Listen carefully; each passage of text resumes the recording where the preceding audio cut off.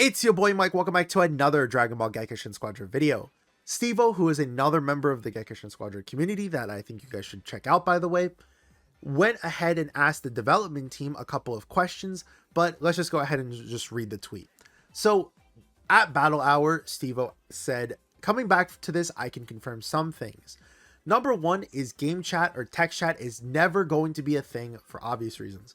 I am on the side of wanting there to be game chat or text chat, but at the same time, let's just be honest with ourselves. I think that we know what the big issue is. There are going to be toxic people, and I think that that's the whole reason why they have the Discord server to begin with, right? So that way they have people who are able to constantly be able to moderate that and not just be able to or like to have to moderate that in the actual game itself, right?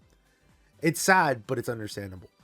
Number two, and this is a really big one, not every character is going to be locked to their roles, like Goku being DPS or Vegeta being tank. Eventually, we will see characters change roles. This is a big one, because I think out of every single season so far, I want to say this one has had the most controversies in terms of the character picks for their roles, right? I think you can make the argument that every single character here was given the wrong role. I think the biggest offender for this is probably God Vegeta. This is like probably Vegeta's most DPS moment. You could argue. Like, let me put it this way. God Goku, who I think should have been a tech, has one of his most iconic moves, which is the God Bind, completely like just missing from his kit. But you know who they gave it to? This guy.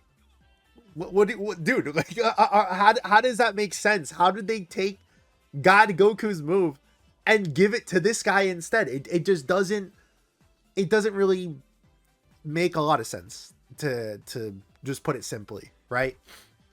And I do think that after having Kid Buu inside of the game, I'm more content with his role than I was when he was first revealed. But even still, I do think that I would have probably preferred him more as a DPS than a technical. And he's, like I said, he's probably the worst the least of the offensive, like, well, offenders here. But it shouldn't be like that, right? Like, every single Vegeta should not have to be a tank. Every single every single Goku should not have to be a damaged character, right? And that's just how it is for right now. And I'm hoping that that'll change soon enough, and to at least get confirmation that it's like, no, that's not how it's going to be. Like, eventually it's going to change is good.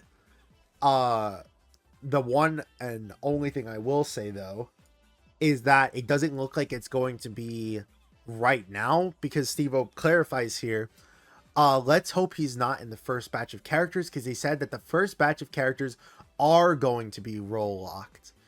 When this will possibly end, we'll have to see, but who knows, of course. Number three, a ban system will probably be implemented for the match when we get more characters to play with.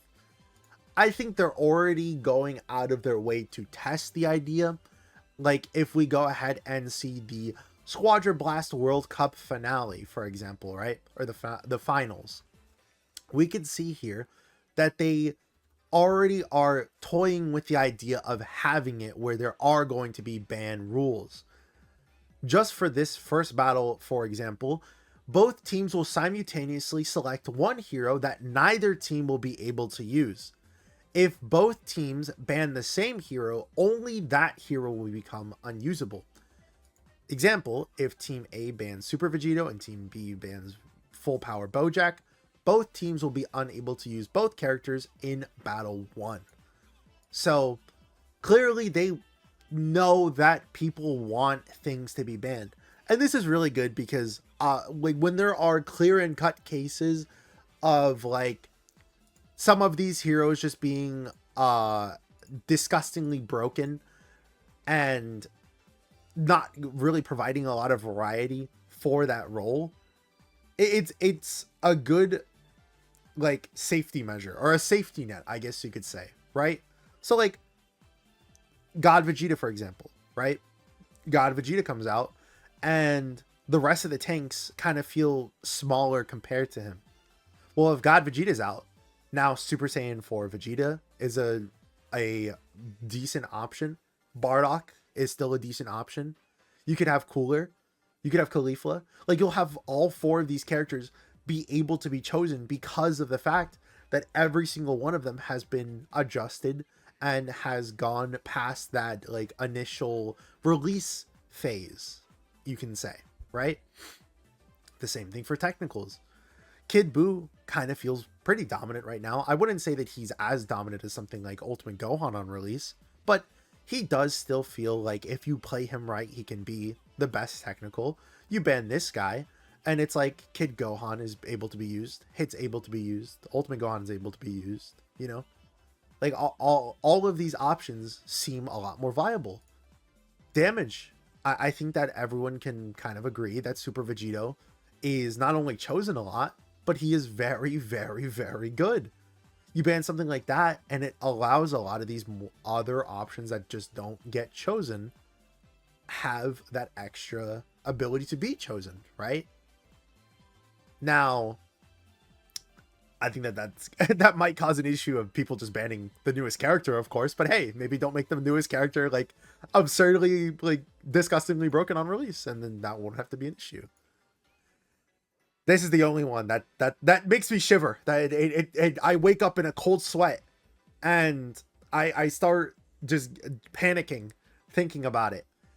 Gold Cell Juniors and other Divine Draws will see a return at some point. I was like, because I believe I was there when Steve-O was asking some of these questions, specifically just the fourth one, right? And I'm almost positive that I overheard like the talks about Gold Cell Juniors, and then Toshi saying something like, oh you people might not like this one. or something along the lines of that, right? That, or I could have just seen something online, but I'm 99% sure that I remember that the Golden Cell Juniors return was gonna happen, and the community not being ready in a sense, right? I do want to say though that there is a very, very easy fix for something like this, and I don't think that them going out of their way and adding Gold Cell Juniors is going to be an outright bad thing. They clearly see that there are times where the Divine Draws are, well, other than the Squeaky Hammers, I don't know what the hell is going on with Squeaky Hammers, but what the other Divine Draws, they try to fix them with these adjustments. Like Medical Respawn got adjusted. We had it where Skill 2 cooldown got adjusted, and even some characters got adjusted for that. Specifically Hit, of course. So I think that there is a possibility that when Gold Cell Juniors comes back, they're going to take all the feedback of it being one of, if not arguably, like top 2 worst Divine Draws ever. Then they'll probably take that feedback and be like, hey, what can we do to fix this? And I think that a thing that I would probably suggest is just having it where Gold Cell Juniors replace the Supreme Kais in the back farm. Having it where it is a designated area that both teams can be able to get and won't have to fight for it, to the point where people will outright dodge going for boss in order to be able to get something like the Gold Cell Junior, is an easy fix, at least to me, right? And it would also provide a lot of things of like being able to catch up a lot of your lower level teammates that are on your side and help them, you know, catch up to the levels that you might be, right? But that's just what I think could happen, right? I don't like, I know we all kind of see the Gold Cell Juniors as the boogeyman, but I don't want, like, when I see it in the patch notes, I'm gonna be a little scared, but I'll give it a try, is what I would say, right? And on top of that, more Divine cards. I've talked about this a little bit in the Squadra Creator Program, and I'm obviously not going to show that.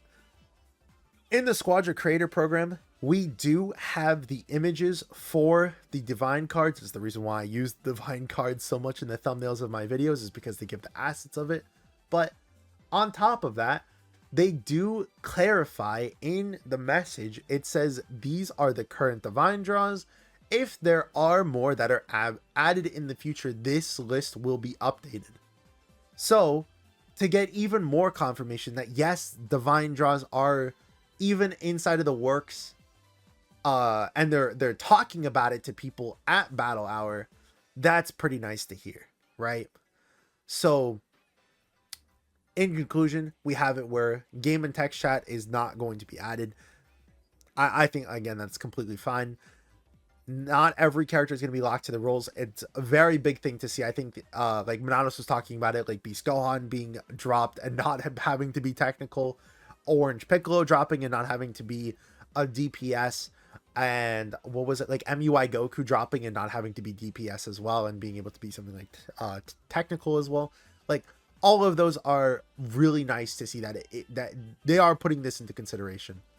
Band system, I really hope that they add something like this. Like, I really want them to add something like that. Gold Cell Juniors, probably gonna cry into my pillow thinking about it, but you know, we'll have to see, of course. And then the Divine cards, I really hope that they just take out some of these like actual worthless Divine cards. Like, I think Boss Hunter needs to be removed. I think that what's like another like really bad one, like Boss Hunter is like the top one I could think of in my head, because it has like 2 separate conditions and then it lasts for like 6 seconds. Like, it's just so bad. But yeah, just things like Boss Hunter are just like the easy to point out ones, right? Either way though, let me know what you guys think of this. I'm really curious to see what you guys like your thoughts are on all of these. But anyways, I hope you guys have a great week. Hope to see you guys in the next one. Peace.